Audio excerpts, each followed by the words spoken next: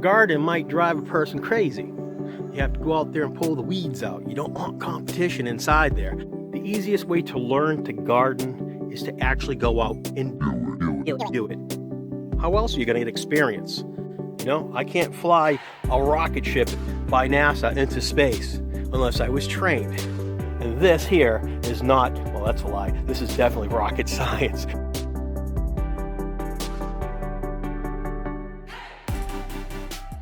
So here we have the 8 new rows that I've dug into clay soil. And it's pretty easy to dig a ditch and add soil amendments. It just takes a little bit of digging and work, and you can start breaking this stuff up. Each year that you do this, you start to fix the ground below you and make it more workable. We took the pickaxe, we dug in, we pulled that soil back, we made a mound. This is where we're going to plant things such as squashes, pumpkins, and cantaloupes. All the extra soil that we have will get folded in and amended back into these rows. After we've amended the rows with garden soil or topsoil and put the native soil back in to inoculate it, we're going to plant our seeds, wait for them to come up. Once they get their second set of leaves and they get to a few inches in height, we can start feeding this soil. We've put hay on top of it. This is to help reflect the sun off and keep the soil moist.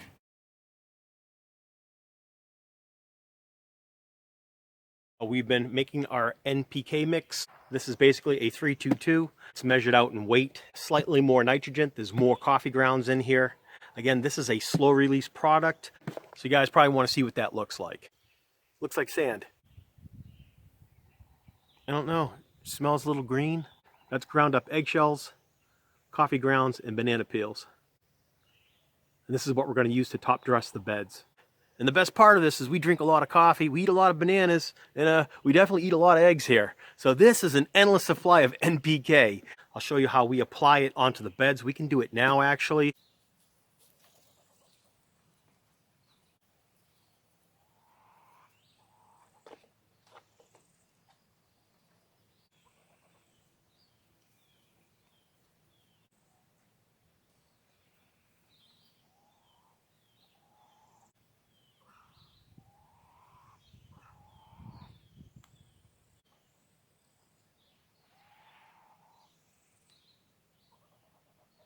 At each of the purple posts, as we have cucumbers growing, these are straight 8s. We're repurposing the old electric fence as a trellis. And we have at least 12 spots planted. We love cucumbers here.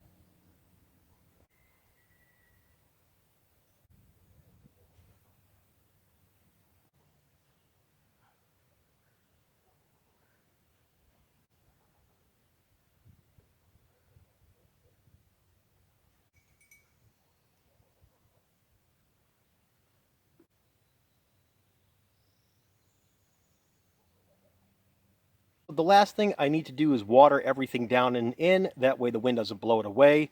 Annual garden beds that grow every year need to be tended to, need to be mended, as opposed to the deciduous forest and evergreen that are out there. That takes care of itself. That fungal network is designed to break down those leaves and twigs and branches, bugs, animal poo. Anything that hits that ground breaks down with that network, and it's self-feeding. This we have to maintain and take care of each year. But once you get it up and going, it should maintain itself fairly well. So yeah, the whole idea on this is to get it established. Get out there, you're going to work hard for a few days, but the results afterwards are rewarding. We did put grass seed down. When we go to the co-op, I'm going to pick up a bag of clover. I'm going to get that nitrogen fixer put in here, and then maybe we'll pick up, if they have alfalfa seed, we'll alfalfa seed this, and we'll let it grow, we'll let it seed, we'll chop and drop, build this soil layer up into something workable and better. That way we can plant more things into it. It'll support fruit trees and berry bushes, this type of soil, but not an annual garden. If you like this type of content, feel free to subscribe, hit the like button, leave me a comment below. Usually respond within the first 24 to 48 hours, and we'll catch you on the next one.